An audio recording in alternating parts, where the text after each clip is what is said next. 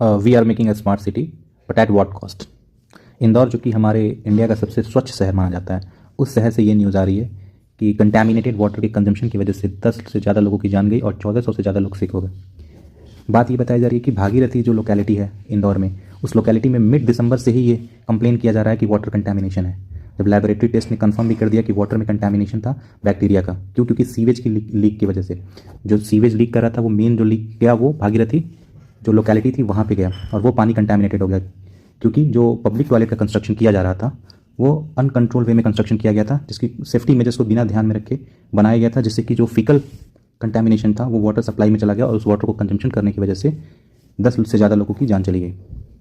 अब हम यहाँ पे ये बात इंदौर की है, बट अब हम इंडिया के बाकी जगह की बात करते हैं जहाँ पे नदियाँ और जो लोकल बॉडीज़ हैं कैसे पॉल्यूटेड हैं। यहाँ एक कॉन्सेप्ट आता है biological oxygen demand. Biological oxygen demand वो होता है कि जो कंटैमिनेटेड वाटर, जितनी भी वाटर बॉडीज़ हैं उसमें जो भी पॉल्यूशन है उनको खत्म करने के लिए, यानी उनको हटाने के लिए जितनी ऑक्सीजन की जरूरत पड़ती है उसको हम बोलते हैं बायोलॉजिकल ऑक्सीजन डिमांड। एक होता है केमिकल ऑक्सीजन डिमांड, यानी जितनी ज़्यादा ऑक्सीजन की नीड होगी उतना ज़्यादा पॉल्यूटेड वाटर कहलाएगा। अब ये कॉन्सेप्ट आपको ऐसे नहीं समझ में आएगा। देखिए, सीवेज एफ्लुएंट क्या होता है, जब भी कोई वेस्ट होता है पानी में जाता है तो उससे क्या होता है कि वो पानी जो होता है पॉल्यूटेड हो जाता है। अब उस पॉल्यूटेड वाटर में ऑक्सीजन की मात्रा घटने लगती है। अब ऑक्सीजन कितनी और ऑक्सीजन की नीड होगी कि उस पॉल्यूशन को खत्म करा जाएगा, किसके थ्रू?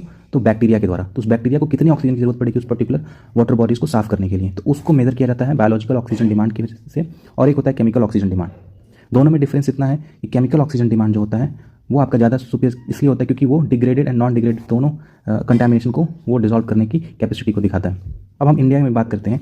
इंडिया में आप देखिए गंगा और ब्रह्मपुत्र वाले बेसिन की तरफ, तो वहाँ आपको देखने को मिलेगा कि बीओडी जो है वो 26 है।